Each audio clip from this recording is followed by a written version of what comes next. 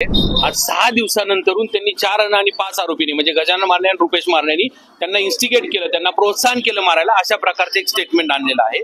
6 दिवस काय झोपले होते का सगळे? 6 दिवस काय चाललं होतं? तर त्या प्रकारे कुठलेही सांगण्यात आलेलं नाही। पूर्ण बनावट गुन्हा दाखल केला। तिथं पोलीस स्टेशनला स्वतः हजर झाल्यानंतरून देखील खाली जमिनीवरती बसून फोटो काढून तो व्हायरल करण्यात आला। त्या संदर्भात सुद्धा आम्ही कोर्टाला अर्ज दिलेला आहे। जे आरोपींचे जे काही मूलभूत अधिकार आहे ते व्हायलेशन चालू आहे, त्याच्यामध्ये ते व्हायलेशन थांबवण्यासाठी देखील अर्ज केलेला आहे। 2 दिवसामध्ये माझे कलिग आणि आम्ही 2 दिवसामध्ये हायकोर्टामध्ये या संदर्भात रिट पिटिशन दाखल करणार आहे। कुठल्याही आरोपीला अशा प्रकारे चप्पल काढून जमिनीवरती बसून त्याचे फोटो व्हायरल करता येणार नाहीत। आज देखील कोर्टासमोर मी स्टेटमेंट केलेलं आहे। कुठल्याही सीसीटीव्ही फुटेज मध्ये दाखवलं की मी कुणाला सांगितलं मारा म्हणून किंवा माझा तिथं जवळपास सहभाग आहे तर मी आजच गुन्हा दाखल, माझा गुन्हा कबूल करायला तयार आहे।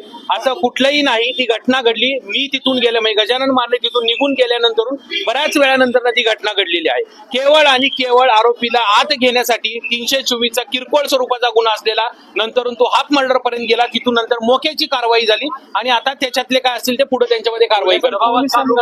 100% दबाव मला ते सांगता येणार नाही, परंतु आजपर्यंतच्या ह्याच्यामध्ये मी अशी खोटी कारवाई कधी पाहिलेली नाही। सिनेमा बघून गेल्यानंतरून जो काही भांडणं झाली, दोन्ही पार्टी एकमेकांना ओळखत नव्हत्या, ना फिर्यादी ओळखत होता ना आरोपी। हा कट लागून झालेला तिथं झालेला एक ऍक्सिडेंट आहे, म्हणजे कुणाच्याही मनात नव्हतं की अशी घटना होणार आहे। त्याला संगनमताचं स्वरूप देऊन त्याच्यामध्ये केवळ त्या गजानन मारण्याचा एक भाषा आहे, तो हजर झाला नाही 3 दिवस, म्हणून त्या गजानन मारण्याला त्याच्यामध्ये खोटं गुंतवण्यात आलेलं आहे। राजकीय षडयंत्र आहे हे मी सांगू शकत नाही, परंतु दबावाखाली निश्चित काम चालू आहे, कारण जे पेपर्स बनवले जात आहेत ते पूर्णपणे बनावट दिसून येत आहे। नाही, पण सीसीटीव्ही काय जप्त करायचे असंही म्हटलंय। सीसीटीव्ही 19 तारखेला ज्या दिवशी घटना घडली त्याच दिवशी जप्त झालेले आहेत। आज 6 दिवस का लागले हे आरोपीचं नाव यायला, याचं उत्तर त्यांनी द्यावं।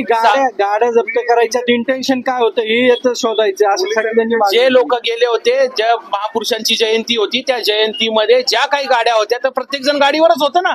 त्याच्यामध्ये ज्या प्रमुख मुलांनी मारहाण केली, फिर्यादीने ज्या लोकांची नावं घेतली होती किंवा फिर्यादीने ज्या लोकांना सांगितलं होतं ते तिन्ही मुलं अटक केली, तो मारणारा बेल्ट अटक केला, त्यांचे कपडे त्यांच्या गाड्या जप्त केल्या। आता कोणत्या गाड्या जप्त करायच्यात? हे पूर्णपणे खोटं कारण दिलेली आहेत, तरी सुद्धा आम्ही तपासाला सहकार्य करतोय।